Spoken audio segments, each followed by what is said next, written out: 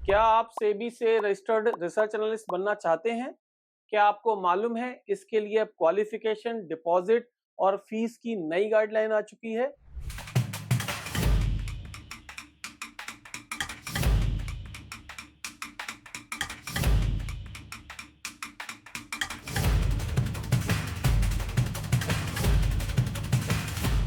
नमस्कार दोस्तों, मैं हूं एडवोकेट विकास गुप्ता और आज मैं आपको दूंगा पूरा लीगल ब्रेकडाउन सेबी आरए बनने का रास्ता, स्टेप बाय स्टेप।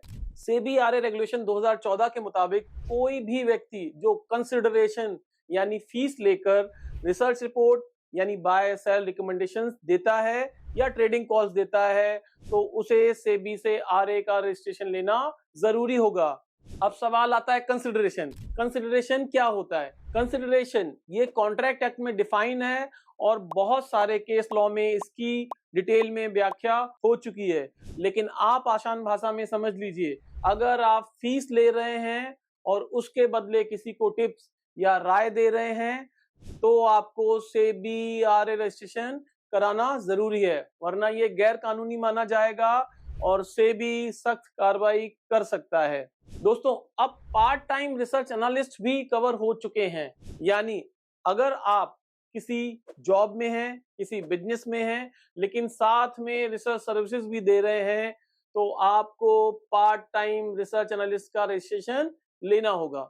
दोस्तों, एक सवाल बहुत सारे लोग पूछते हैं, जैसे वो एनआरआई हैं या विदेश में रहते हैं, तो क्या वो आरए बन सकते हैं? इस सवाल का जवाब मैं आगे आपको वीडियो में दूंगा, जुड़े रहिए मेरे साथ। तो दोस्तों, सेबी आरए रेगुलेशन में ना ही साफ साफ परमिशन है, ना ही कोई सीधी रोक है किसी रेगुलेशन में, लेकिन मैं आपको बताऊंगा जो बंदा बाहर है वो आरए बन नहीं सकता है, लेकिन आरए का काम कर सकता है। ये बात मैं आपको आगे बताऊंगा, तो वीडियो को देखते रहिए। अब दोस्तों, बात करते हैं रिसर्च एनालिस्ट बनने के लिए क्या क्वालिफिकेशन होनी चाहिए। इस पर लोगों में काफी उलझन है और हमने सेबी से भी ये सवाल पूछा है। तो सबसे पहले ये समझ लीजिए, अब एक्सपीरियंस वाली शर्त खत्म हो चुकी है, चाहे आपके पास अनुभव हो या ना हो। अब इससे सेबी आरए रजिस्ट्रेशन में कोई फर्क नहीं पड़ता है। तो दोस्तों, आरए बनने के लिए आपके पास क्या क्वालिफिकेशन होनी चाहिए उसको समझते हैं। यानी कि आप या तो ग्रेजुएट हैं या पोस्ट ग्रेजुएट हैं, या आपके पास प्रोफेशनल क्वालिफिकेशन है, या आपके पास पोस्ट ग्रेजुएट डिप्लोमा है, और वो लिमिटेड सब्जेक्ट्स में होना चाहिए। और वो सब्जेक्ट्स क्या हैं? Finance, accountancy, business management, commerce, economics, capital market, banking, insurance और अदर फाइनेंशियल सर्विसेज। यानी इनमें से किसी भी सब्जेक्ट में अगर आपके पास क्वालिफिकेशन है तो आप आरए बन सकते हैं। अगर हम इसको सिंपल भाषा में समझें तो आपके पास कोई भी क्वालिफिकेशन हो जो मैंने आपको बताई, और इन सारे सब्जेक्टों में से कोई भी एक सब्जेक्ट आपके पास रहा हो। दूसरी एक और क्वालिफिकेशन का क्राइटेरिया है, आपके पास पीजीपी प्रोग्राम, और ये प्रोग्राम एनआईएसएम कराता है 1 साल के लिए। तो अगर आपके पास 1 साल का पीजीपी प्रोग्राम है एनआईएसएम के द्वारा कराया हुआ, तो भी आप आरए बन सकते हैं। एक और तीसरी क्वालिफिकेशन है, या आपके पास सीएफए चार्टर्ड से सीएफए का सर्टिफिकेट है, तो भी आप आरए बन सकते हैं। दोस्तों, मैं आपको एक बात बताना चाहूंगा, पहले क्या होता था वो समझ लेते हैं। पहले professional qualification, post graduate degree, post graduate diploma in finance, accountancy, business management, उन्हीं सब्जेक्टों में अगर आपके पास पहले post graduate degree, post graduate diploma होता था, आप आरए बन जाते थे। और दोस्तों, याद रखें, दिसंबर 24 के अमेंडमेंट के पहले ग्रेजुएट नहीं था। अब दिसंबर 2024 के अमेंडमेंट के बाद ग्रेजुएट डिग्री को डाल दिया गया है। दिसंबर 24 से पहले अगर आपके पास पोस्ट ग्रेजुएट डिग्री है किसी भी सब्जेक्ट में, तब भी आप आरए बन सकते थे, और ये क्लॉज अब खत्म कर दिया गया है। रेस्ट दो क्लॉज सेम है, अगर आपके पास पीजीपी है या आपके पास सीएफए है तो आप आरए पहले बन सकते थे। तो दोस्तों, मैं आपको बताना चाहूंगा, पहले ग्रेजुएट आप किसी भी डिसिप्लिन में हो और आपके पास 5 साल का फाइनेंशियल मार्केट का एक्सपीरियंस होता था तो आप आरए बन सकते थे। अब ऐसा नहीं है, अब आपको ग्रेजुएट जो स्क्रीन में आपके नीचे सब्जेक्ट्स आ रहे हैं उनमें से किसी भी एक सब्जेक्ट में आपके पास वो ग्रेजुएट डिग्री होनी चाहिए, तो आप आरए बन सकते हैं। और हाँ, अगर कोई भी व्यक्ति आपके साथ जुड़ता है, जैसे कि रिलेशनशिप मैनेजर है, आपका सेल्स स्टाफ है, कोई भी स्टाफ है, उसे कम से कम ग्रेजुएट होना चाहिए। अब हम समझते हैं आरए बनने के लिए कौन सा सर्टिफिकेशन जरूरी होता है। तो दोस्तों, एनआईएसएम सीरीज का 15 सर्टिफिकेशन अनिवार्य है और हाँ, इसका समय समय पर रिन्यूअल कराना जरूरी है। अब रिन्यूअल कोर्स आ गया है, इसलिए आपको पूरा सर्टिफिकेशन दोबारा नहीं करना होगा। अब हम डिस्कस करते हैं एक सवाल जो बहुत सारे लोग पूछते हैं, जैसे वो एनआरआई हैं या विदेश में रहते हैं, तो क्या वो सेबी रजिस्टर्ड रिसर्च एनालिस्ट बन सकते हैं? तो दोस्तों, सेबी आरए रेगुलेशन में ना तो कहीं साफ साफ परमिशन दी गई है और ना ही कोई सीधी पाबंदी लगाई गई है। लेकिन मैं आपको अब वो बात बताता हूं जो बहुत जरूरी है समझना।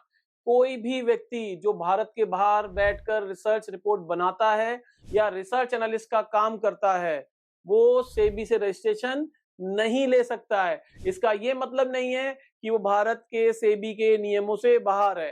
अब ये रेगुलेशन 4 में कवर है और रेगुलेशन 4 क्या कहता है?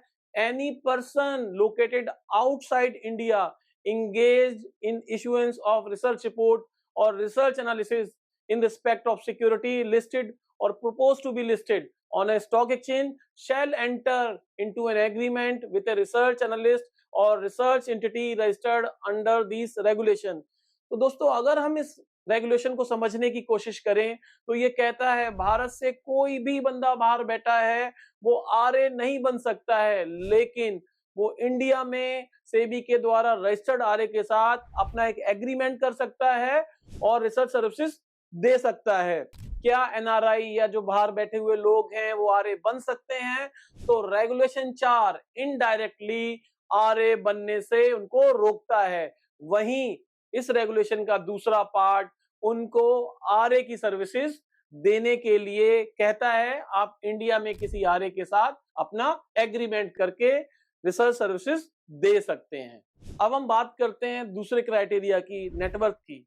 नहीं साहब, अब नेटवर्क की जरूरत खत्म हो चुकी है, तो अब नेटवर्क सर्टिफिकेट भी नहीं चाहिए होगा। वैसे बीएससी रजिस्ट्रेशन के समय इसका एक डिक्लेरेशन मांगता है जो सच में कहें समझ से परे है।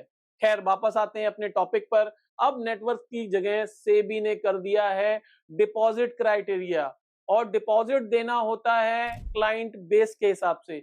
यानी कि अगर आपके पास 150 क्लाइंट हैं तो आपको 1 लाख रुपए का डिपॉजिट करना होगा। आपके पास 151 से 300 क्लाइंट हैं तो आपको 2 लाख का डिपॉजिट करना होगा। 301 से आपके पास 1000 क्लाइंट हैं तो आपको 5 लाख का डिपॉजिट करना होगा। और अगर आपके क्लाइंट्स की संख्या 1000 से ज्यादा है तो आपको 10 लाख का डिपॉजिट करना होगा। यही जो पहले नेटवर्क 1 लाख रुपए होती थी इंडिविजुअल आरए के लिए, अब वो क्लाइंट की संख्या के हिसाब से तय होगी। यानी पहले एक आरए 1 लाख की नेटवर्क के साथ हजारों क्लाइंट्स को सर्विस दे सकता था। अब उसे उतने ही क्लाइंट्स के लिए 10 लाख की नेटवर्क यानी डिपॉजिट चाहिए होगा। और साहब, इसे कहते हैं ईज ऑफ डूइंग बिजनेस। मतलब पहले आप सीए से 1 लाख की नेटवर्क का सर्टिफिकेट लगाते थे, अब आपको 10 लाख की एफडी या वैसा ही कुछ करना पड़ेगा। कमाल है ना। अब बात करते हैं सर्टिफिकेट की वैलिडिटी की। सेबी के रेगुलेशन 10 के मुताबिक जो रजिस्ट्रेशन सर्टिफिकेट दिया जाता है वो तब तक वैलिड रहता है जब तक सेबी उसको खुद सस्पेंड या कैंसिल ना कर दें। यानी अब आपके रजिस्ट्रेशन की कोई फिक्स टाइम लिमिट नहीं है, ना ही 3 साल ना ही 5 साल। यानी आपका सर्टिफिकेट परपेचुअल है, हमेशा वैलिड रहेगा। दोस्तों, अब रिन्यूअल का भी झंझट खत्म हो गया है। आपको बस रिन्यूअल फीस समय पर भरनी होती है, ना ही दोबारा फॉर्म भरना, ना ही कोई नया प्रोसेस करना। और कहना पड़ेगा ये सेबी का अच्छा कदम है। और हाँ, रिन्यूअल या कंटिन्यूएशन के लिए सभी फीस, सर्टिफिकेशन, रिपोर्टिंग, कंप्लायंस समय से होना चाहिए, वरना सस्पेंशन या कैंसिलेशन हो सकता है। अब दोस्तों, इस पार्ट में हम समझते हैं क्या क्या रजिस्ट्रेशन एप्लीकेशन फीस होती है। तो हर एप्लीकेंट को रजिस्ट्रेशन करते समय एक एप्लीकेशन फीस जो नॉन रिफंडेबल होती है भरनी होती है, और वो फीस इंडिविजुअल के लिए 2000 है और नॉन इंडिविजुअल के लिए 20,000 है। दोस्तों, जब आपका रजिस्ट्रेशन अप्रूव्ड हो जाता है, रजिस्ट्रेशन सर्टिफिकेट दिया जाता है, उस समय आपको रजिस्ट्रेशन फीस भरनी होती है और इंडिविजुअल के लिए 3,000 रुपए रजिस्ट्रेशन फीस है और नॉन इंडिविजुअल के लिए 30,000 रुपए रजिस्ट्रेशन फीस है। अब दोस्तों बात करते हैं रिन्यूअल फीस की। अगर कोई इंडिविजुअल या नॉन इंडिविजुअल अपना रजिस्ट्रेशन चालू रखना चाहता है तो उसे 5 साल में एक बार रिन्यूअल फीस जमा करनी होती है और ये रिन्यूअल फीस इंडिविजुअल के लिए 1,000 रुपीज है और नॉन इंडिविजुअल के लिए 5,000 रुपीज है। दोस्तों रुक जाइए, यही नहीं, बीएससी भी आपसे फीस लेगा। अगर आप इंडिविजुअल आ रहे हैं तो 10,000 रुपए आपको एडमिनिस्ट्रेशन के नाम पर 5 साल में देने होंगे और अगर आप नॉन इंडिविजुअल आ रहे हैं तो आपको 5 लाख रुपए 5 साल के लिए फीस देनी होगी। यानी कि 15,000 प्लस जीएसटी एक इंडिविजुअल आरए के लिए और 5.5 लाख प्लस जीएसटी एक नॉन इंडिविजुअल आरए के लिए आपको टोटल स्टैट्यूटरी फीस देनी होगी। कहते हैं ईज ऑफ डूइंग बिजनेस और करते हैं फीस ऑफ डूइंग बिजनेस। दोस्तों एक बात ध्यान रखने योग्य है, जो टोटल फीस है आरए रजिस्ट्रेशन की वो पहले जितनी ही है, ना सेबी ने उस फीस को बढ़ाया है ना ही घटाया है, यानी फीस अभी भी उतनी है जितनी अमेंडमेंट से पहले लगती थी। तो दोस्तों समरी में मैं आपको बताना चाहूंगा, सेबी आरए बनने के लिए आपको कम से कम ग्रेजुएट की डिग्री आपके पास होनी चाहिए और वो डिग्री या तो फाइनेंस में, अकाउंटेंसी में, बिजनेस मैनेजमेंट में, कॉमर्स में, इकोनॉमिक्स में, कैपिटल मार्केट में, बैंकिंग में, इंश्योरेंस में, एक्चुरियल साइंसेज में या अदर फाइनेंशियल सर्विसेज में होनी चाहिए और प्लस आपके पास NISM 15 सर्टिफिकेट होना मैंडेटरी है। डिपॉजिट क्लाइंट बेस के हिसाब से देना होगा। फीस स्ट्रक्चर अभी भी अफोर्डेबल है, कम से कम इंडिविजुअल आरए के लिए। और यहाँ पे मैं आपको एक लीगल टिप देना चाहूंगा, अगर आप एक सीए, सीएस या फाइनेंस प्रोफेशनल हैं और पार्ट टाइम रिसर्च करना चाहते हैं तो भी आपको आरए रजिस्ट्रेशन लेना जरूरी है। अनरजिस्टर्ड एक्टिविटी करना सेबी एक्ट के तहत पनिशेबल है। ये थी सेबी रजिस्टर्ड रिसर्च एनालिस्ट बनने की पूरी लीगल जानकारी, सीधी और सरल भाषा में। बाकी के सवालों और आरए से जुड़ी जानकारियों को हम अगले वीडियो में कवर करने की कोशिश करेंगे। ऐसे और वीडियो देखने के लिए चैनल को सब्सक्राइब करें। नमस्कार।